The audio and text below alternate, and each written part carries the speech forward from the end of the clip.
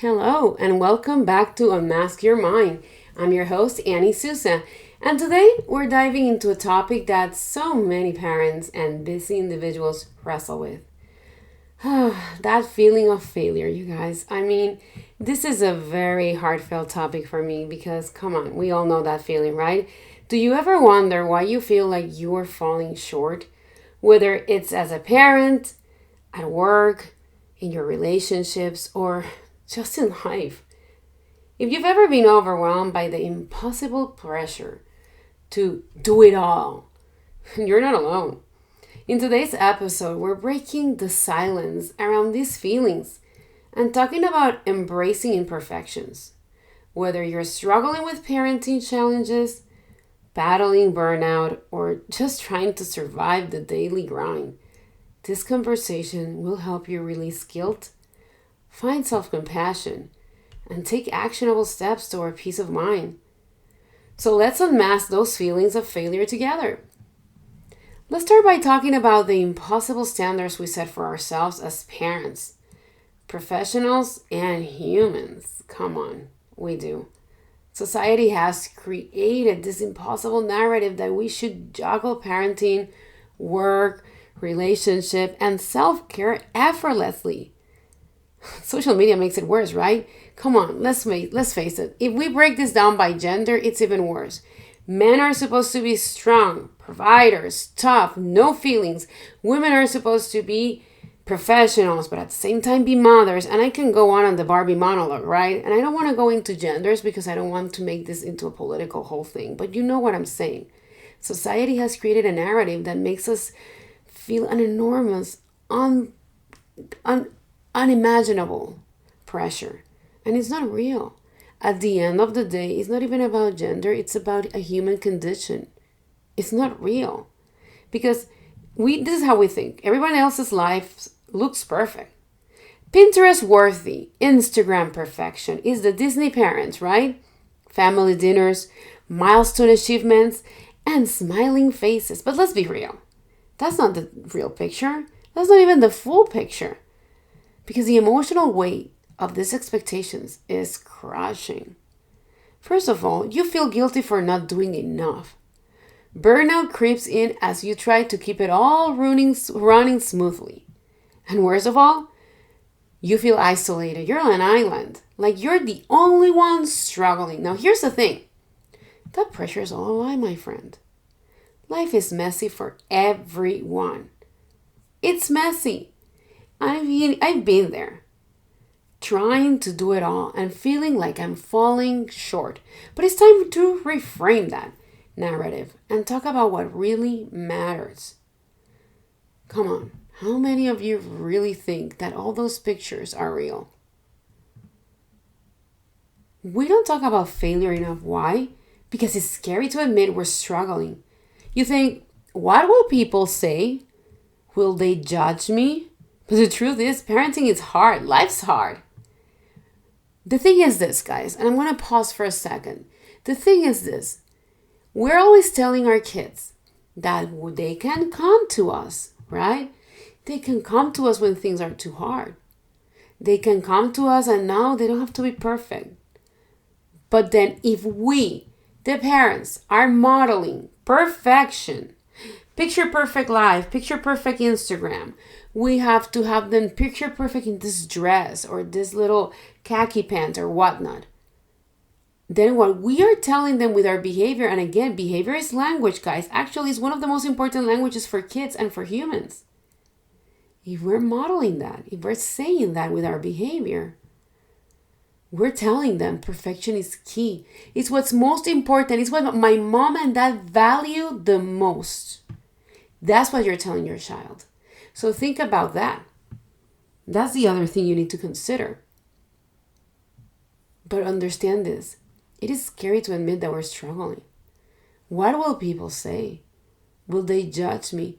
So think about it as you're thinking about this as an adult. Think also about what your kid is thinking. The truth is, parenting is hard. And burnout and emotional exhaustion are not signs of weakness, my friends. They're signs that you're doing your best in a tough situation.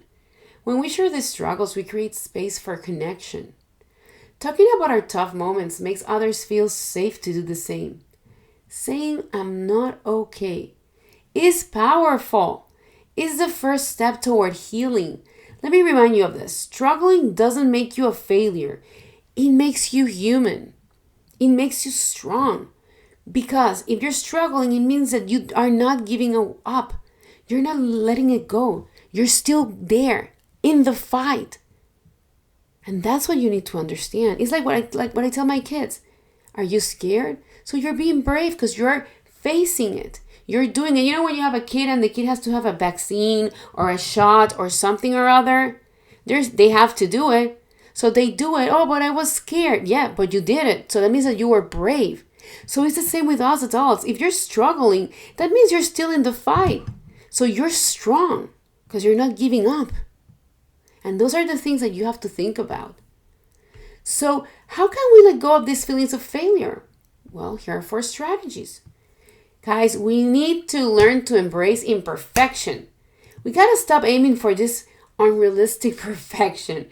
This Instagram life, it's not real. Think about it, guys. Listen, I am online all the time. This is my business as well. And I got to tell you, I see people putting these posts with these filters and all this thing. It's not real.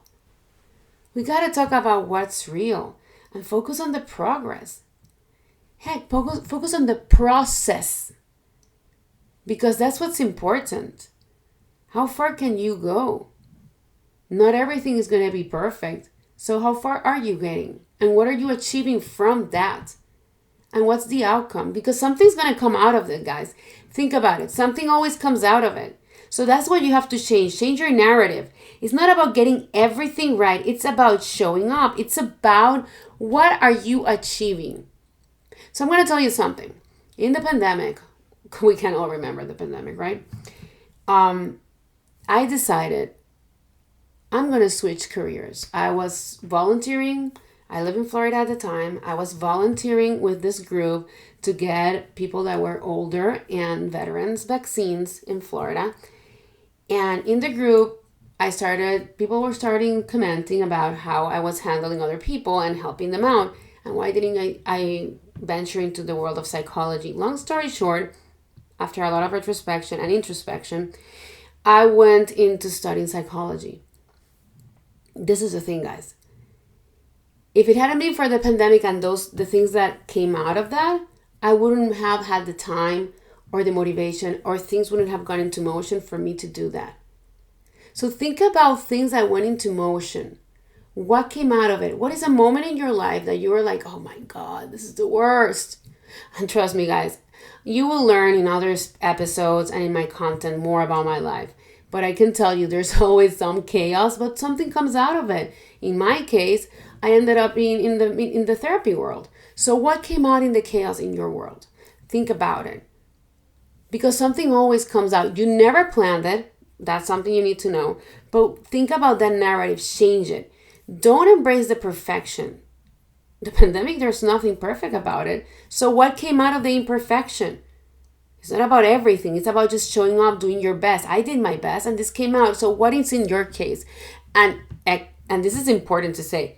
It's definitely not about it being a Hallmark movie where everything is perfect and it's and then the prince came and then they kissed. No. It's not like that. I'm not saying that it was easy. Just because I did that, it doesn't mean that was easy. It was really hard. But I'm trying to say that something does come out. So what came out of that imperfection? Done. Number 2, set realistic expectation.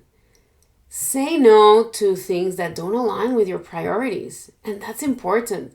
Sometimes we're just running and going through the motions and we just lose track of what's important. So it's okay to say no to things that just don't feel okay. They just don't align. Have you ever been in a situation that doesn't make sense?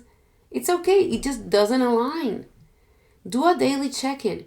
What's one thing I must get done today and what can wait? Sometimes, I don't know about you guys, but this happens to me often. Mind you that I'm neurodivergent, so that might be one of the reasons, but I'm sure this happens to neurotypical people as well. How many times do you feel that there's so much on your plate? Whoa, as a parent, it's so overwhelming. And it's like, what? But then write it down. Do that daily check-in and be like, okay, what of all of this is the one thing it's like imperative that I do today? What is the one thing I must get done today? And what can wait? What is one thing that, okay, you know what? It's not aligning. It's not a priority. Doesn't need to get done. Like today, I need to do this podcast. This other thing doesn't need to get done. That's not a priority. What about you guys? And set those realistic expectations. It's gonna lower, that relaxation. Oh my God, sorry if I breathe too hard on the mic, guys. But it's gonna lower that stress, right? Number 3, release guilt through self-compassion. Oh my goodness, you guys. Use these 3 steps when guilt creeps in, okay? Are you ready? Acknowledge. This is tough. You have to acknowledge it. Recognize. Number 2, I'm not alone. Other people feel this way too. And affirm. I'm doing the best. I'm doing my best, and that's okay. So again, acknowledge, recognize, affirm. So release that guilt through those steps. Acknowledge, recognize, affirm. I'm going to repeat it one last time. Acknowledge. Oh my God, this is so tough. Recognize, but you know what? I'm not alone. Other people feel this way too. And affirm. I'm really doing the best that I can, and that's okay. And that's going to help you release that guilt through your own self-compassion. As parents, we are always putting all of this load. We see other parents navigating, drop in, drop off. Look at me. The soccer moms, soccer dads, basketball. Oh my God, all of these sports. Listen, I'm going to be honest. I'm going to tell you a personal story. I have 2 ADHDers. This is the most honest truth story. And this is going to show you if the guilt that I feel sometimes. I have 2 ADHDers. So they're not kids that love doing a lot of extracurricular activities because of their sensory overload. So imagine to me how much guilt as a parent I feel when I see friends and family or people around me taking their kids to basketball, soccer. Oh, I was doing this sport and all of the sports. And I'm like, well, we did jiu-jitsu and that's about it. And that's okay. Because you know what? I have to acknowledge that this is tough. These are my kids' neurodivergence needs. There's no more. They have a capacity and I have to acknowledge that. I recognize that I'm not the only parent that's like this, and there are other neurodivergent parents like that. And I understand I'm also ADHDer, so I understand what my kiddos go through. And I affirm that, I'm doing the best that I can. I'm alone with these 2 kids, and I'm trying to stay afloat. So I understand the guilt, parents. I get it. It's not easy. And number 4, this for strategy, I want you to understand it. And this one is going to be hard. Prioritize rest and self-care. And I know as I said it, a lot of you are rolling your eyes up and being like, yeah, right, easier said than done. Listen, I get it. I get that. How many of you sometimes just put your baseball cap and your hoodie just because you are just not going to even take a shower that day because you just don't have the time? You needed to get the kids going to school, you're telehealthing or teleworking or something, and you just keep going moving. I get that. But you know what, guys? The thing is, rest isn't a luxury. It's actually a necessity. It helps you stay grounded. It helps you how to ground yourself, compose yourself, your anxiety. Not only that, and this is important, guys, your kids see that. And I know I keep saying this, but it's so true. If your kids see you all disheveled or tired, they're going to be like, well, that's how it is. I know we live in a culture where when you're grinding and you're tired, it's like a badge of honor. Wow, she's such a hard worker. Wow. But at the end of the day, is she?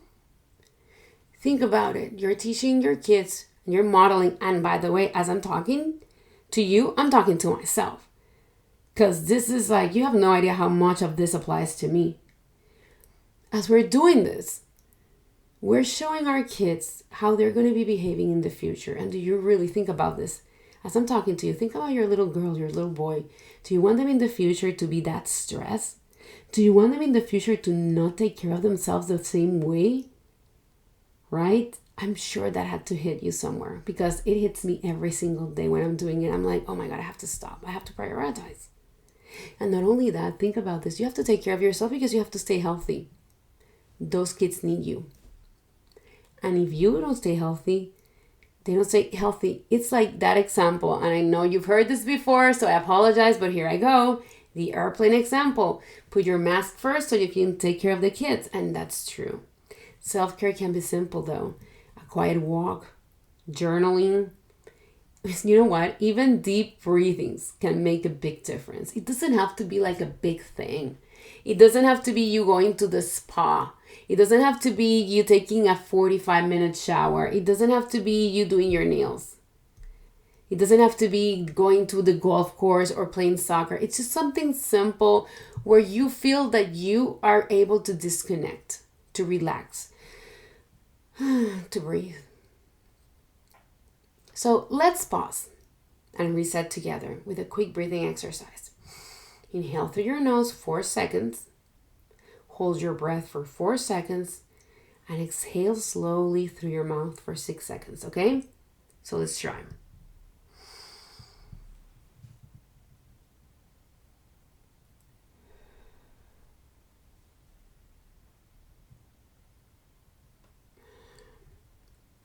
Even just a few intentional breaths can help. How did that feel? I hope you were able to do it. It's a simple way to remind yourself that you have the power to reset even in the middle of the chaos. So let's say your kids are in the middle of it, something chaotic happened, you were on hold for 45 minutes with the insurance and then they hang up on you. Or you were on hold with whatever bill or company or, I don't know, your boss or whatever happened. And you're like losing it. Inhale through your nose for 4 seconds. Hold your breath for 4 seconds. Exhale slowly through your mouth for 6 seconds. And that simple way is going to remind yourself that you have the power to reset. So, let's try to share a story. Someone was telling me a story of how, in the midst of all of this guilt, they had to remember how they had to take that guilt off. So, overcoming guilt and your personal stories. Do you have stories about how you have to overcome parenting struggles? One of the listeners or someone came to me, a person came to me and shared their stories about how they had to overcome certain struggles. So I decided I'm also going to share my stories. I have shared some of my stories recently with you guys. I've shared about the parenting guilt of, how I feel with my kids when they are just not doing the same thing as other kids, but they have their own interests. So this person was sharing with me their own struggles about how they feel sometimes a little guilty when they don't have the same capacity or tolerance that other parents have. And this person was sharing with me how she feels that she loses her cool very easily. And because of that, she feels very guilty and she loses her cool with her kids. So I wanted to remind this person that they're not alone. In the midst of all the chaos, it is perfectly normal that we sometimes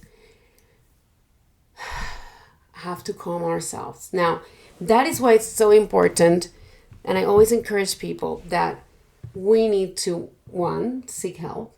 There's a lot of good help out there. There's coaches, therapists, support groups that can help us unwind, but also to take time for ourselves so that we don't burn out to a point that we're so irritable that we're snapping at our children.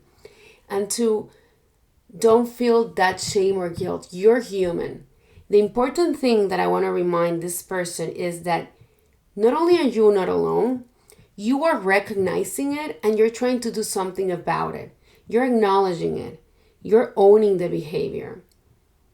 There are a lot of people that sadly don't own the behavior and do this, and that's where the problem lies. So I want to empower you and tell you that you should be very proud that you recognize this behavior, own it, and you mentioned to me that you apologized to your kids and that you validated their emotions. So I want you to focus on all the positive work that you did. And that's what you have to focus on. So remember, acknowledge you're not alone, embrace that imperfection, and recognize I'm not alone, and affirm you're doing the best, and that's okay. And not only that, you're looking for help. So I hope this helps, listener. Now, I wanted to share with you that even though it's challenging and it's very difficult, it doesn't mean that you are failing. It means that it's just life. Life is not easy, guys. Being a parent, it is very hard. It's very hard. So let's wrap up with a few actionable steps that you can take right now. Set one realistic goal per day. Choose one thing to focus on and let the rest go. Because this is the thing, we get so overwhelmed, like I said at the beginning, with everything that we have on our plate that we either short circuit, like I said. We feel like, and I say that about myself, so I'm not saying it about other people, but that's just the way I view it. Like we just feel, oh my God, where do I start? So just set one realistic goal. Choose one thing to focus on and let the other stuff go. Practice gratitude. Write down one thing you're proud of each day, no matter how small. And I'm going to tell you why. The point of this, and I know a lot of people think, why am I doing this? Because your brain goes 80-85% to the negative. Whether you're neurotypical, neurodivergent, the human anatomy, the human body, the human brain, automatically, because of the way that we go, this goes back to the way that our brains were process information from the beginning of time, goes to the negative.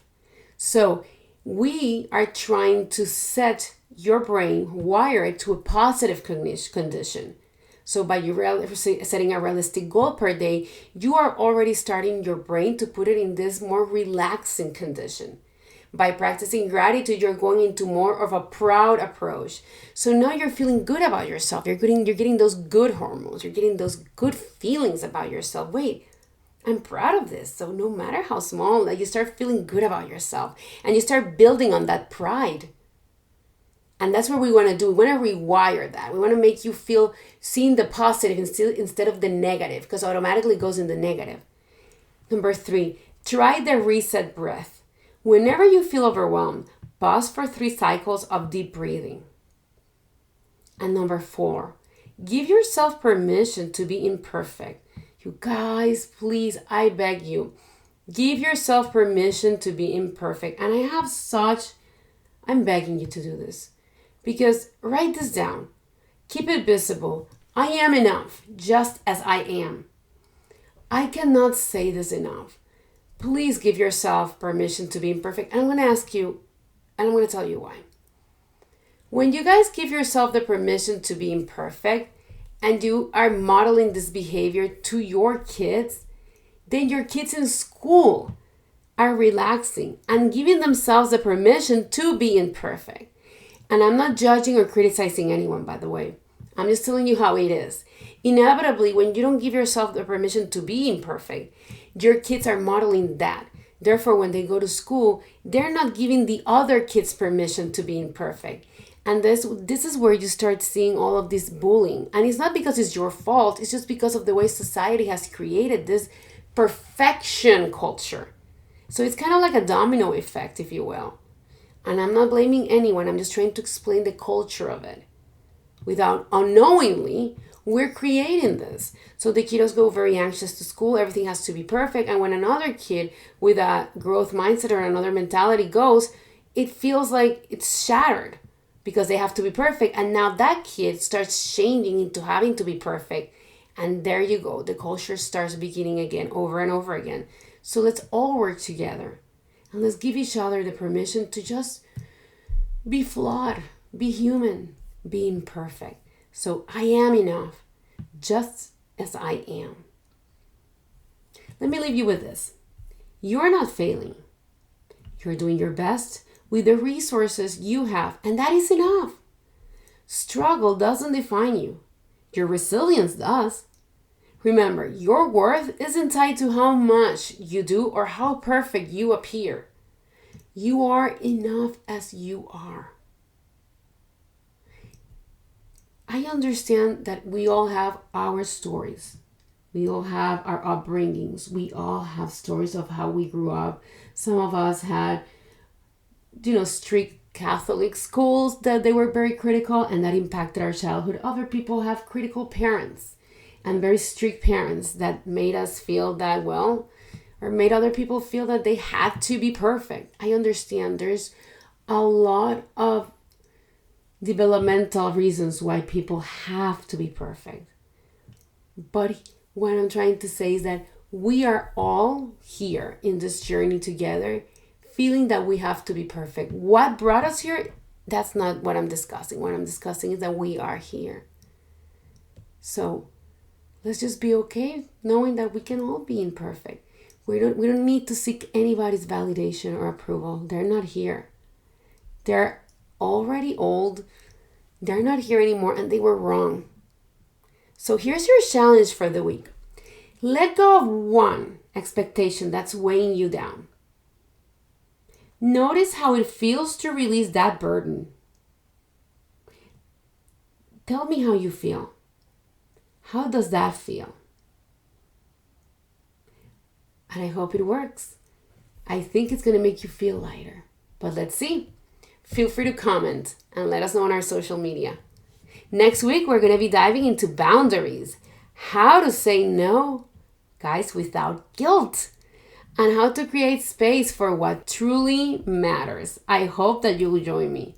If this episode resonated with you, please subscribe, leave a review, and share it with someone who might need it. Until next time, take care of yourself. You've got this.